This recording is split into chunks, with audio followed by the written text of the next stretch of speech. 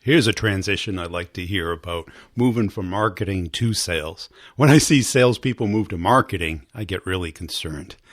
Because why would you do that? Sales is where it's at. And if you don't like, I guess, nothing against marketing people, but they're not salespeople. So we're going to talk to somebody today who's made that journey, made that transition, what they've run into in the process of that, and how does he sell his company service, which is outsourced sales development people, meeting schedulers. Tough market, highly commoditized market, and selling to people that are difficult. Sales leaders, go figure. I've been selling to sales leaders for quite a few years now. They can be a tough group. So I want to talk about that as well as selling to marketing people who can be a tough group, who are kind of bombarded with options and alternatives and choices. So we're going to get into it. I think you're going to like this interview. I'll sum it up at the end. And if you're in the courses, please make sure you're checking out the office hours if you can't attend, and the one-on-ones that I've been recording. One-on-ones is the very last chapter. It's great to hear other people have both success and solving challenges. And the office hours is great Q&A, great case study based ways of applying the course to what you're going for. And I think you got to look at the course differently, not so much as just learning content, but developing your skills over a year. And there's two major skills in the B2B sales. One is getting into cold accounts. The warm ones come to you. The other is keeping the deal moving and closing it in a predictable manner at a predictable price point, instead of suffering that discount at the end of the quarter or month just to try and get the deal in. Let's get into the interview. Make sure you're checking out our partners over at CoVideo. CoVideo is the way to connect with people. Video, email. It's the future, baby. Let's get into it. Here we go. Hey, Michael, welcome to the show. As a way of getting started, tell us about yourself. Hey, Brian, thanks for inviting me. So I'm Michael Hanson, currently the VP of Growth at a company called CloudTask. We do outsourced sales and customer service, actually out of Medellin, Colombia, mainly servicing US and European clients. And really grateful and honored to be here, as I've been following your videos for a long time, Brian, and like the kind of comedic value that you bring to sales. I think it's a good tactic. Yeah, I think we have to laugh sometimes, otherwise it becomes painful. How'd you get into sales? Funnily enough, I actually started more in marketing. So my sales journey has only really started in CloudTask. But before that, all my experience was in marketing and content marketing, always kind of working very closely with, business development reps, with sales reps. And then there got a point where I just kind of wanted to get into sales, and we were like a young growing company. So it was an easy transition. I went from basically, doing website copy, Facebook ads, digital advertising to getting on demos. I kind of skipped the part of being a business development rep, which I kind of always feel bad by. Like, I didn't do a lot of the cold calling, like a very millennial. You'll see a lot of people complaining now that young people aren't cold calling anymore. Yeah. Even when I kind of started more as, like an account executive or on the business development rep, I do cold calling still myself, because I'd like to kind of develop that skill. And I'm one of those that I think actually, like, opening now is almost harder than closing. So, I do make cold calls. It's just I'm not doing like $100 a day. Yeah.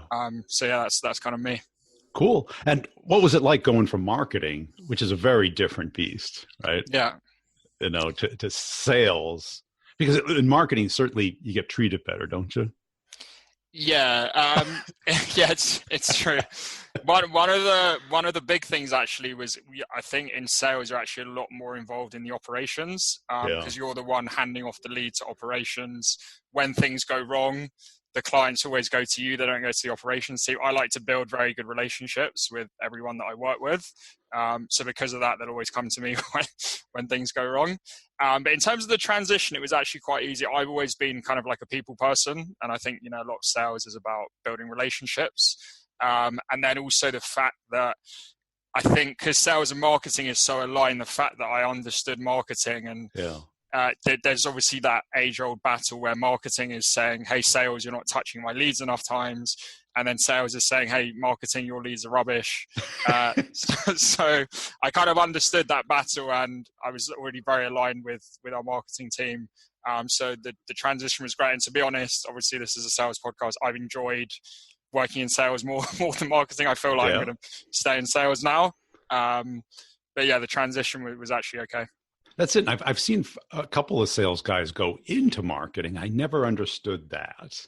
I can understand it maybe later in career, or you get burnt out, or you just need to change a life, or life's priorities change. Because I got kind of a marketing degree, CS in marketing. And, I never had a marketing job. I do probably more marketing now than I do sales. Yeah. But what was it like that first month or two in sales? Was it emotionally grinding, or was it natural? Yeah. Or so I think I kind of missed something out. So yeah, as I said, CloudTask, we have basically our HQ in Colombia, Medellin. We're a US registered company, but we're about 200 people. I'd say 180 are over there in Colombia, doing most of the operation side. And I was living in Colombia for about 2.5 years. Wow. I just moved back to the UK in March this year. But what would happen is, because I'm like a business person as well as, a sales person, a marketer, whatever, I would always say, book me some meetings when I go to London or when I go to the UK. And I can be like, European salesman, even though I was a marketing person. So I actually closed a couple of deals, just even though I wasn't in sales, like going into when I would because I'd go home for like twice a year for 1 month at times, maybe spending 2 months a year in the UK. Obviously, London, UK is a big market. And I managed to set up meetings, like take it through the sales process. And then I thought, I can do this. I'm not even like really making a big effort at the moment. So that's kind of the transition. I kind of had the confidence already because I'd had a couple of deals behind me. So I think there's always that big pressure when you become an account executive or a deal closer from a sales development rep is, closing that first deal. And I've seen a lot of people go through that. They're like very anxious to do it, whereas I kind of didn't. I was fortunate. And I think that's where I said that I feel like now almost opening is harder than closing, because really once I had those meetings in London, the client had the need, they had the budget. So actually my job of closing a deal was actually quite easy. So. Yeah. And what do you like about sales? I like the human element a lot. The interaction. Exactly. I love going on site, meeting people on site. Even obviously inside sales is a huge thing now. I've closed a lot of deals. I'm still working a lot with the US market, even though I'm in London, taking calls at like 11 PM with California. Oh boy.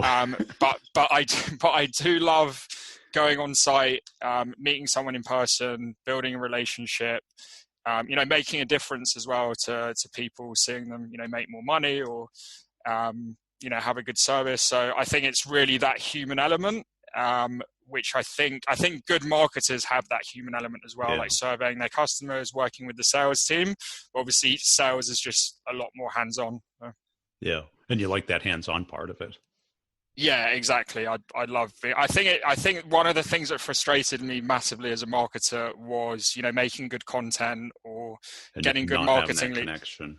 And not getting the revenue at the end of it, Yeah. So I think that was part of the reason I went into sales. It was like, I want to directly affect the bottom line, not just, hey, we got, 100 MQLs and they turned to X number of meetings. And yeah, maybe they did turn to a deal, but you're not the one actually converting that deal. So it was good to, and I think because I'd done the first bit, doing the second bit as well, was a bit easier. Cool. And you have kind of an entrepreneurial background too, right? You started your own thing. Is that true? Or? Yeah, so I actually moved to Colombia to start a project called In Motion, which is effectively a renewable technology to generate electricity through human movement. It's something we're still developing at the moment, but it was kind of harder than I'd expected. So it's a very kind of ambitious project. And I actually started with CloudTask just as a content writer. So I basically used to be a freelance content writer. I had several clients, and then kind of as CloudTask grew, I decided to go full-time into CloudTask and then went into sales. So I've kind of, my experience really is in like content marketing for like 4 or 5 years. So sales is actually relatively new, but something I'm really enjoying. And as I said, I really feel like I found what I want to do. Like even if you start your own business, you still have to find what's the thing that you want to do within that business. Yeah. And for me, I think it would definitely be sales now. So. Cool. And what's your day like? How much of your day is like with existing accounts, trying to get new accounts on the phone versus email? I would say majority of my day is nurturing people I've already got in the pipeline. Yeah. So just to give you a bit more detail about CloudTask, our main service that we have is effectively like an outsourced business development rep or sales development rep. And we very much practice what we preach. So we're using sales development reps to sell CloudTask as well.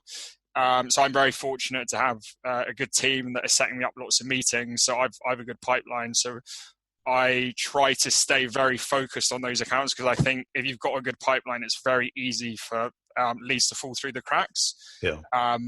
So I'm typically focusing on that as well. I think there's a lot of stuff at the moment about, and there's all this great technology, like SalesLoft, Outreach, about the cadence to use to get a meeting, but not that many people are actually talking about the cadence after the meeting. Like once you've given a demo, right, what's the cadence after that? I think a lot of people are just kind of blagging it at the moment, and I've got like a specific cadence that I use. So I'm working a lot on that. And then I think the rest of the day is, doing some prospecting. Again, working with the sales development reps saying, hey, I've got these leads. A big thing I do as well, actually, is there's a lot of sales development reps are often, once a meeting is booked, they're kind of, people will step back and say, okay, get me other meetings. But what I do, sometimes I have a demo and I take them through my cadence. But I don't have a lot of time to be constantly calling them.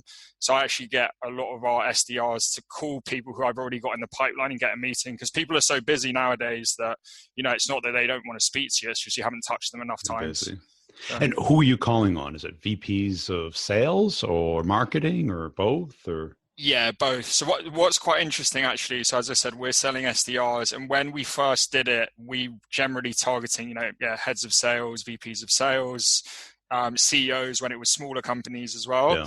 But what we've seen happening, especially in like the software and tech industry, is the BDR team's actually now falling under marketing and a lot of times under demand generation. So we've started targeting that a lot more. And often we prefer those companies because often they've got a good like marketing engine. So when you're doing like an outbound approach, obviously if someone already has awareness of the company, it's a lot easier to get those meetings. And who was easier to work with? Is it VPs of sales or VPs of marketing? I would say salespeople, just because they pick up the phone. Marketing people are very difficult to get on the phone. Whereas salespeople, they're obviously thinking anyone that calls them is a sale, right? Whereas the marketing people, they're just like emails, LinkedIn. So, yeah. And how do you get their, I guess the SDR gets their interest. How do you keep that cadence going? That you've had the meeting, they like it. I'm sure it's a great idea. It's a great option for them, but it doesn't, they just don't go running down to procurement and get you a PO, right? Sure. Yeah. I'm typically touching them like every 2 days across different channels. So I would always follow up with an email, typically straight after, but within 24 hours maximum. Then if I haven't heard from them, may send another email or LinkedIn message, and then 4 days later I'll give them a call.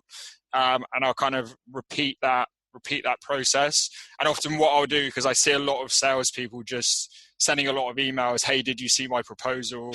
Hey, can we get? Yeah, did you get my last email? What I'll do, we've got various bits of content that we know are very useful to our clients. So I'll always throw in a few emails, which is like, hey, I thought you'd like this. And it's funny actually, because often when I'm saying, hey, can we get on another call? They don't respond. And then my next email is like, oh, I saw this report with these metrics that I thought would be of interest. They're like, oh, thanks for sending that. Can we get on a call? So it's funny, often when you don't ask for the call, they'll actually come onto the call. Right. I mean, you have to, because they'll only talk to you if they have to or want to. So you have to get into that want to. Exactly. Yeah.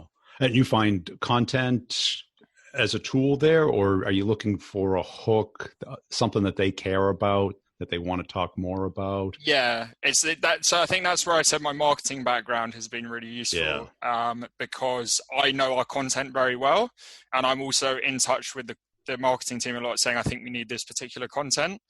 And then, the content that I'm sharing, it's twofold. One, it's something that's very useful to their day-to-day, that they can apply to their day-to-day. And two, it's related to a need that we solve. So, for example, we share this report often that's made by the Bridge Group in Boston, a big sales development consultancy, and it talks about how the average ramp-up time for an SDR is 4 months. And that kind of helps us because we're saying, we can beat that ramp up time. And it also sets realistic goals, because some clients come on and they say, we want the SDR to get 30 appointments in month 2, or they have unrealistic expectations. So that kind of content is already going down that path as well. And I think that marketing background, having you probably firsthand built some of that content, so you understand the problem that they are experiencing and you can talk to that. Where I think most account execs are just trying to explain who you are, what you do, and how much it costs. Yeah, no, exactly. If I'm speaking to a marketing person, I guess it works both ways. So if I'm speaking to a marketing person, I can say, hey, I used to work in marketing. I understand these are your challenges. And then if I'm speaking to a salesperson, I'm speaking to them as a salesperson. And I think that makes life more difficult as well, because the salesperson is always going to judge you on the way you're selling, obviously, because they're a salesperson as well. So. Yeah. But you'd be able to talk to the problem that you solve. You solve the time, because they can hire and train, but that takes forever. And that takes up their time away from selling. It sounds like you're pitching CloudTask now, Brian. I understand the problem. And believe me, I help people do this all day. Because most reps stick with who we are, what we do, how's it work. Yeah, I'm always focusing on the problem, which is, as you said, it's the coaching, training, management, hiring, onboarding. So those are the problems, and those are the things that we do. And funnily enough, they're still a problem for us as well. They're a problem for any company. So we have the same problems that our clients have as well. So it's just that we take on those responsibilities. And what do you see? I'm sure you see different motives from a CMO to a CSO, where the CSO cares, because they both have an 18-month life expectancy. Yeah. And do you judge that? We go on LinkedIn to see where they are in that life expectancy, to see what you talk to them about? I don't normally do the full life expectancy, a big, what we call a compelling event. So if I'm selling CloudTask, and also if we're doing SDR services for clients, a compelling event for us is someone's just changed job, because often they're looking to implement something new. They've got a budget to spend. So that's a big compelling event. So I will look, if they've just changed job, they've just started at a role. Okay, all right, this is juicy one. You can congratulate them. You can say, what are your plans? But really, I haven't really thought about that, typically it's 18 months. So if they're at 14 months, they may be near the end of their tenure. But that's definitely something I'll look out for in future. Yeah, because I've sold to that persona quite a bit. And especially the quarterly one for the sales leaders. Right. Because, right now we're probably in not a great time to be reaching out to them, but January 1st, perfect. Right. Yeah. You know where they landed on the end of the year. They got a whole year's budget ahead of them. They're looking to do something new.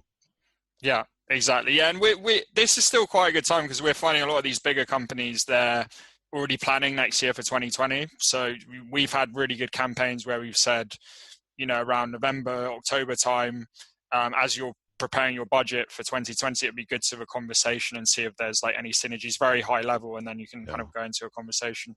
And do you find, who's your competition? Is it in-house mostly? No, there's a lot of people in our space, actually. Yeah. So there's various competitors. I'm not going to mention them now, because I know. I mean, anywhere from one person to big companies and stuff that do it. Yeah. But do they go out? I think it would be the type of business, if you built a relationship, they might do a market survey, but they won't engage the other companies. Is that true, or is it? Yeah, well, it varies. Sometimes I'll get a customer or a sale that's, they'll just come to me. They'll just come to CloudTask. I'll build a relationship with them. They won't go to anyone else. Sometimes it's because they really like what we're doing, and they're like, we don't even need to bother with anyone else. Yeah. Sometimes it's just because they're not the kind of person that will assess 10 people. They're just going to look at one. It's just a personality thing. And then I've had other times where they're literally assessing 15 vendors. So when you win those ones, you're always quite happy with yourself. And how do you keep them away from price? In terms of Well, could you expand a bit sure, more? because everyone naturally will push down to price when they're looking at something. They look at everything as they think it's equal, Yeah. right? And because I'm sure you however you charge, it's Yeah. probably similar to how other people charge. Sure. Yeah. Sure.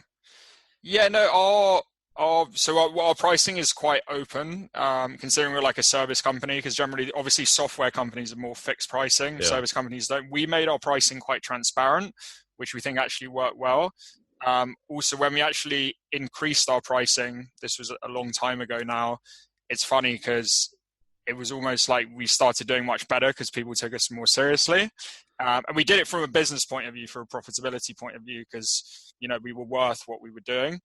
But it's almost that thing of, like if you go in cheaper, people don't take you seriously. So we, like any company, there's kind of that benchmark, the company policy is you can't go below this. But I'm quite firm with, our wholesale pricing as well. So. Right, because it's value, right? Yeah, exactly. And if you win on price, then they don't understand the difference. Yeah, exactly. So that's normally what I'm pick. Obviously, our goal is to get qualified meetings. So I'll always say, you can use us and get these number of qualified meetings, or you can use a competitor. And often even a competitor will promise more qualified meetings, and I'll be like, they're not going to, if they're telling you they're going to get 30 meetings in month 2, they're lying. So they're going to waste your time. Yeah. And where do your deals typically get stuck? If you looked at your pipeline, you're like, Jesus, it always gets stuck there. In terms of what's kind of a biggest objection of our clients? Not an objection. Yeah. Like say you have a great meeting. Yeah. And then it gets into your cadence, but it's not closing. Yeah, I find, kind of enterprise deals, there's a lot of bureaucracy. So and this is why account-based marketing is such a big thing. So it's, it's when, you've convinced one person, but then you realize he's not the budget holder and you have to go to another budget holder. So I think how sales has evolved, I think a lot of sales cycles have got longer and there's a lot more people involved in the buying chain. So I think I saw, in B2B, there's typically 9 influencers, but other I've worked on deals where there's been 30 people involved. It's been crazy. So. Yeah. And what's the typical sales timeline from a great first meeting to closure? Is it 90 days, 120? I would say, typically about 90 days. I've had sales cycles that have literally been a week, and then I've had others that have been a year. So it really depends. But I'd say, on average, about 3 months. And what do you feel differentiates you from the average rep? What's kind of, is it focus? Is it motivation? Is it your ability to connect with other people? I think it's, as I said, I'm good at building relationships with people. And then I also think it's just being organized. I have as I said, I feel like a lot of, account executives, deal closers, they don't have the organization that we expect of SDRs. We give an SDR a cadence and we expect, they're going to follow that cadence, whereas I think a lot of account executives don't. And I have a very strict, cadence, the following month. Because I often think, once you've had a meeting with a lead, that lead's even more important. That's someone that's literally, has awareness of what you're doing now. Yeah. So I think, that organization and just, persistence. So I'm going to send them a LinkedIn message. I'm going to call them, and it's just keeping that. And obviously what we're doing is sales work. So as I said, we're getting judged on it. And I've had a couple of customers tell me, when they've been with other vendors, saying, one of the reasons we signed up is because of how you followed up with me. And it's amazing because they said there were some other vendors who literally only sent them 1 or 2 emails after a meeting. And it's like, come on, you're a bloody outsourced sales provider. How are you not going to follow up? Yeah. But how do you know when it's a real deal versus somebody just wanting to understand the market? Yeah. Giving you false positives. Yeah, no, of course. I think there's a lot of qualification that I do. So there's various, obviously there's all this historic stuff like BANT, but then there's also just certain questions I know. Okay. If it's quite a low number every month, I'm unqualifying them myself because I'm our aim is obviously to be very profitable for our clients. So if I'm like, we've got to book an insane number of meetings a month to get you profitability, it's not going to work out. So in that case, I'd either refer to a cheaper vendor, or I'd say, look, outbound business development, it's not a good strategy. Like, do some digital marketing where your cost per lead is going to be much ads. lower. Yeah. And when do you know it's perfect?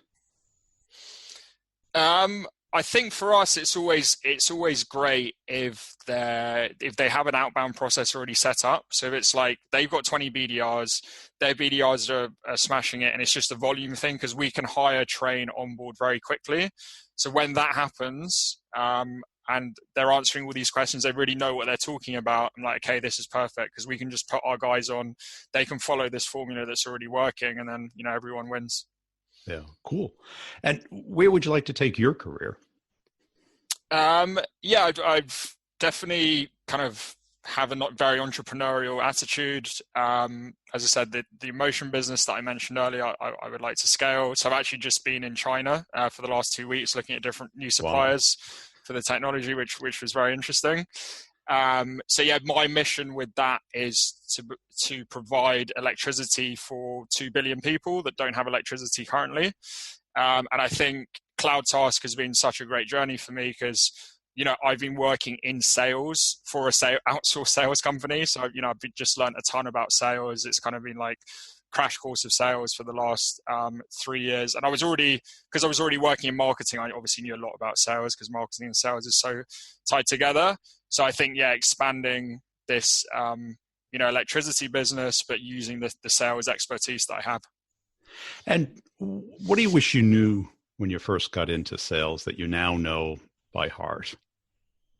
I think, so I think, again, like I said, I am from that millennial generation where, I didn't have to call, and I could get meetings from email and LinkedIn. But I do think calling is I think you can get great results off calling. And I think because I was getting deals and I was doing very well, just kind of on email and LinkedIn doing the odd call, I was like, I don't need it. But once I actually started calling, and I'm lucky to work with a guy called Lawrence, who's an older guy, and he smashes the phones and he gets amazing results from phones. So I actually learned a lot of him.